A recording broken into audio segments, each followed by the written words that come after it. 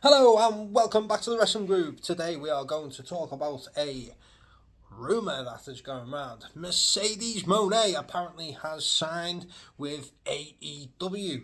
The report I seen today was for 5 years for $25 million, which is a massive amount of money. Um, so obviously there's no official announcement yet from AEW or Mercedes, aka Sasha Banks. If you watch WWE, you'll know her as Sasha Banks, and if you've not seen her, she done New Japan. She wrestled in New Japan only a handful of times. You know, she was the IWGP Women's Champion. She was in the tournament for the Women's Never Openweight Strong Championship, but she lost out to that. But yeah, so apparently she is coming to AEW. Now, she was at a pay per view earlier in the year. People were expecting her to sign, and then apparently there was some way off on the type of money that she was asking for. So talks broke down. Apparently, she then went to WWE, seeing about making a return there. Again, was some way off on the money, but now it looks like Tony's put his money where his mouth is and is willing to pay a absolute staggering amount of money for Mercedes Monae. So, AEW, one of the things that lacks a lot for me in the company is the women's division. There's a lot of talented women that wrestle there, but we just tend to see the same couple of matches every so often, over and over. Doesn't matter which way you switch it, for what title or in what division, if you like. We just tend to rewatch the same matches over and over, and we have like multiple women that are like 2 and 3 time champions, because of this. So definitely need some new faces in the women's division. We need more time and effort to be put into the division. We need better storylines put into the division. So there is a lot of things that do need to be done for the women's division to make it watchable, basically. The only real women's wrestlers at the moment that are watchable right now for me is Julia Hart, who's had a great year last year, becoming the TBS Women's Champion, and she's been improving, literally match by match. And then we've had Athena, who is the greatest Ring of Honor Women's Champion of all time. She's been putting on absolute banging performances. She's absolutely stepped up from the Ember Moon character that she played in WWE and NXT. But that's pretty much it. I mean, there is wrestlers, other women's wrestlers that I do like, but they're just not either featured enough or featured in anything over the matches we've already seen. Like, I absolutely love Riho. I love Hikaru Shida. I still love Saraya. I love Ruby Soho. Chris Statlander. There's so many women that are there. Nyla Rose. So many women that they could be doing something with, and there's just not enough storyline. There's technically across AEW and Ring of Honor, there's like three, well, soon to be four titles for the women to go for. Because you've got the AEW Women's Championship, the TBS Women's Championship, Ring of Honor Women's Championship, and then they're going to have the Ring of Honor Television Championship, which Tony's announced. But yeah, just having these belts doesn't mean that it's enjoyable and it's good to watch. So for me, yes, we need fresh faces. Yes, we need new storylines. Yes, we need new characters, gimmicks, and everything else. But $25 million for Mercedes Monae is just absolutely nuts. Like, it makes you wonder what wrestlers that are already there, what kind of money they're actually on. Like, if we had a breakdown, like, what's your Chris Jericho's, your Kenny Omega's, your John Moxley's, what are they on? Even people that have come in over the last couple of years, Danielson, Jay White, Osprey's just signed a date. Like, what kind of money is Osprey going to be on if Mercedes Monae's on that? Apparently they're going to be signing Okada at some point in the future, or they're definitely going to make a play for it. What kind of money are they going to offer him if they're offering her 25 million for 5 years? I just think it's a daft amount of money for someone who isn't going to give you that money back.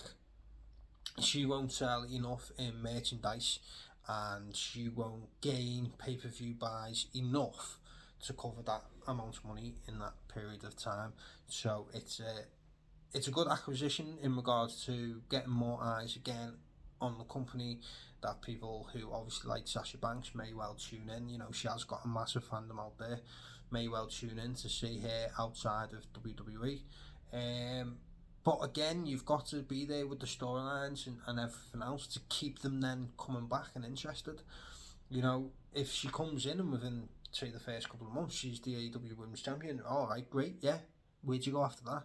You know, there's got to be, they need to start coming in and starting at the bottom. Yes, you know, she's a massive name in wrestling, but they need to start building them up. They need to start doing better storylines. We need better gimmicks. We need a reason to care for her to be a women's champion. You know, one of the best examples is Jamie Hayter. Like, she got over, the fans loved her. She got over without AEW. Basically, the fans got her over. They wanted her at the top. So AEW then puts the title on her, and yet she plays second fiddle to Britt Baker for the whole entirety of her reign. Like, you know, even when she was coming out to title matches, Britt Baker had to come out first, and then Jamie still seems to walk behind her, and it's like, no, she's the women's champion. Why, you know what I mean? And the whole storyline with the Outcasts and that, like, I love the Outcasts, not a lot of people do. You know, 3 great women's wrestlers. Give us a bit of a storyline. Yeah, it wasn't great, but it was better than no storyline. But then because Britt Baker had the issue with the Outcasts, then obviously then so did Jamie Hayter. But then it's like, yeah, but she's women's champion, and it's all playing like second and third fiddle. So that's a perfect example of what's wrong. I feel like Tony needs to hire some former women's wrestlers and let them take control. Tony can still have the final say on the division, who's champ of each division. But at the end of the day, we need some people with experience to put the input in, and right now he hasn't got it. So I feel like, yes, it's a good move in terms of getting ahead into the company for that amount of money, for 5 years. I don't think he's going to make that money back on Mercedes. I don't think she can sell enough merch and get enough pay-per-view buys to be able to warrant that kind of money. Plus then, if it is that kind of money, which is obviously, like say, it's being reported online, if it is that kind of money, then what are other people going to start demanding to jump ship to AEW, and it could end up a very financial mess. So apparently, again, I say apparently on all of this because, as you know, it's dirt sheet, so a lot of it could be a lot of crap, and most of it normally is, but obviously this is talk at the time right now. Everyone wants to talk about it, so I thought, why not? We might as well do it here too. So she could well turn up this week on Dynamite. I'm excited to see her. Not overly, I'll be honest. Sasha Banks, you know, she was great in NXT. She was great at the beginning on the main roster, and then, like I say, it seems to just get overkill in the end. Again, they did what AEW is doing now. They had the same so many women, and they were waiting obviously for the next stars to come up, but it got stale, and it got stale quick. And then, you know, she didn't do herself any favours kicking off a fuss before she went out the door, you know, taking Trinity with her, and then leaving her at the wayside when New Japan couldn't afford to give her the contract. And we now know why New Japan couldn't afford to offer Trinity a contract, because obviously Mercedes or Sasha is on that much money. There's no money left in the pot. But nevertheless, Trinity's gone to Impact, further bolstered probably the best women's division in professional wrestling right now. You know, they know how to run a women's division. And she's been at the top since she's gone there, and she's looked great doing it. The first match, I wasn't a fan. I thought it was very clunky, and she clearly had nerves. She's grown into the role, and she's been great. So I'm not overly excited, but at the same time, I'm not sitting there going, "Oh, I don't want her in the company." You know, I think it brings some much needed attention to the women's division, giving us again someone else in the women's division to look at whichever title it is that she wants to go for. So I feel like it's a good move. I just don't think she's worth the money, and I'd be interested to see if she lasts the 5 years. So let us know in the comment section. As always, do you think Mercedes Monae will sign with AEW, or has already signed with AEW? Do you think she's going to debut this week, and do you think it's a good move and good value for money? Let us know in the comment section. As always, thank you for watching. Give us a like, comment and subscribe to my YouTube channel if you haven't already, and be sure to stay tuned for more wrestling related content coming your way very soon.